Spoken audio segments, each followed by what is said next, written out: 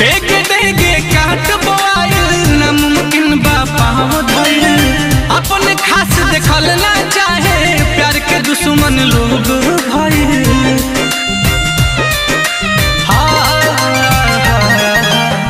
देगे देगे काट बोआइल नामुमकिन बा पाँव धइल अपन खास देखल ना चाहे प्यार के दुश्मन लोग भइल।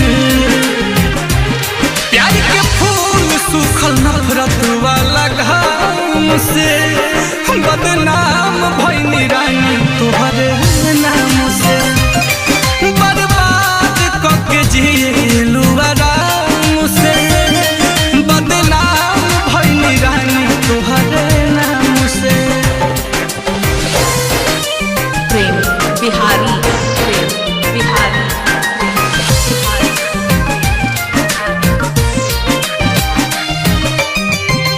सपना टूटल शीशा जैसे दिल चकना चूर भइल नीलकमल अखिलेश कलेश में मुएला मजबूर भइल।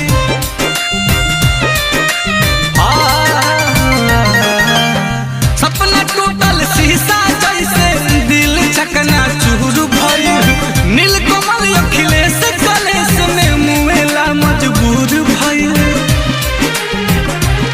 तू सलामत रह जी रही राम से बदनाम भइनी रानी तोहरे नाम से बर्बाद करके जिलू आराम से बदनाम भइनी रानी तोहरे नाम से।